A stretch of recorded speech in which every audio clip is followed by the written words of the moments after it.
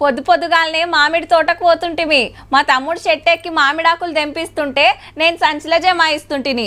అట్లనే నన్ను మామిడికాయలు కోసుకొని ఆడికెళ్ళి సీదా యాప చెట్ల కాడికి పోతుంటిమి. ఇంత యాప పువ్వు తెంపుకొని ఇంటికి పోయే తొవ్వల అడిగినోళ్ళకి ఇన్నని రిమ్మలు ఇచ్చుకుంటూ పోతుంటిమి.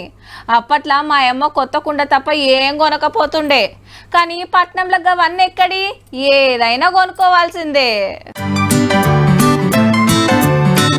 కొత్త కుండలు, మామిడాకులు, మామిడికాయలు, చింతపండు, మోదుగాకులు, యాప పువ్వు.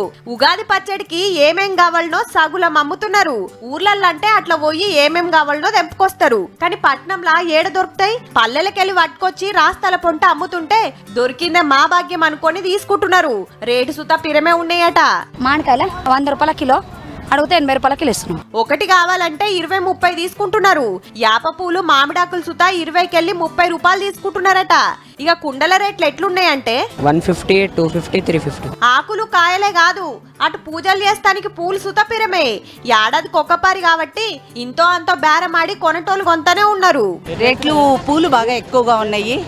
ఇవి సరే పండగ కదా, వాళ్ళకి ఇప్పుడే డిమాండ్. మొత్తానికైతే ఉగాది పచ్చడిలకు ఏమేం కావాలనో అన్ని కొనుక్కొని తయారున్నారు. తెల్లారుడే ఆల్చం, దేవుళ్లకు పూజలు చేసుకొని పచ్చడి గుంజుడే.